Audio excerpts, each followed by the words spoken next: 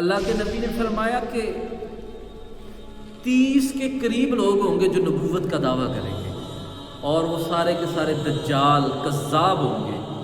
اور ایک تو آدمی ایسا تھا جس نے اللہ کے نبی کے دور نبوت کے اندر اس نے بھی نبوت کا دعویٰ کر دیا، جس کا نام مسلمہ کذاب تھا۔ اس نے 150 سال عمر پائی، اور مسلمہ کذاب نے اللہ کے نبی کو خط لکھا۔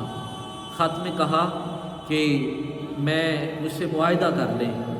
ایک معاہدہ اس نے یہ لکھا کہ آدھے عرب کے آپ نبی، آدھے عرب کا میں نبی، اور دوسرا کہا اگر آپ کو یہ پسند نہیں تو جتنی دیر آپ کی ظاہری حیات ہے نا آپ نبی، آپ کے وصال کے بعد جو ہے نا وہ میں نبی ہوں گا۔ اللہ کے نبی نے خط دیکھا نا، آپ نے نا خط لکھا، کہا مسلمہ کذاب تو جھوٹا ہے، میں اللہ کا سچا نبی ہوں، تو جھوٹا ہے، تو لعنتی ہے۔ اور جب یہ خط لکھا نا اللہ کے نبی نے خط لکھا، لکھنے کے بعد صحابہ کا جمع غفیر ہے۔ اللہ کے نبی کہتے ہیں کہ یہ کون ہے میرا خط جو مسلمہ کذاب تک پہنچائے گا؟ جب یہ بات ہوئی تو ایک چھابڑی فروش مدینے کے اندر حضرت حبیب بن زید رضی اللہ تعالیٰ کو، آپ کیا کرتے ہیں کہ اپنے نا چھابڑی رکھ کے نا مدینے کی گلیوں کے اندر کھجوریں بیچتے ہیں، آپ نا کھجوریں کھا رہے تھے۔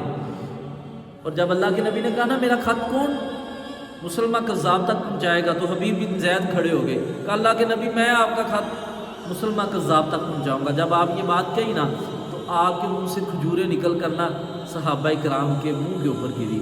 ایک صحابی کہتے ہیں بھائی پہلے کھجوریں تو کھا لو پھر بات کر لینا، کہنا اتنی دیر میں اگر کوئی اور چلا جاتا تو میں کیا کرتا۔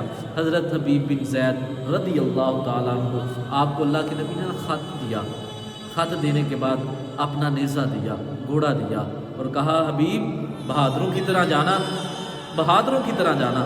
حضرت حبیب بن زید اللہ کے نبی کی بارگاہ سے بہادروں کی طرح نکلے۔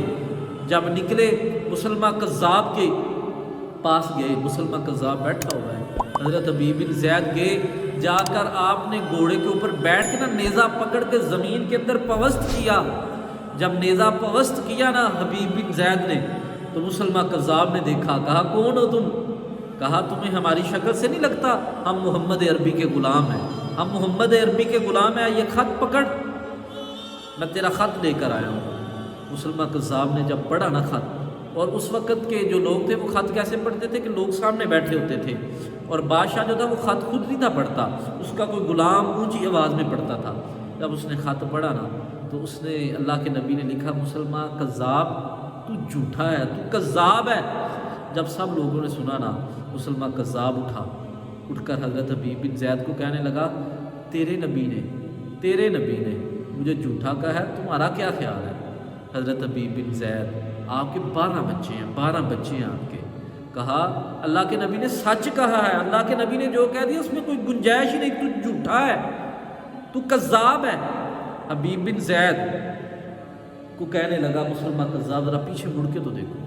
حضرت حبیب بن زید نے پیچھے مڑ کے دیکھا، اس کی سلطنت کے لوگ تھے، اس کے فوجی تھے، نوجوان تھے، ہاتھ کے اندر اسلحہ تھا، نیزے تھے۔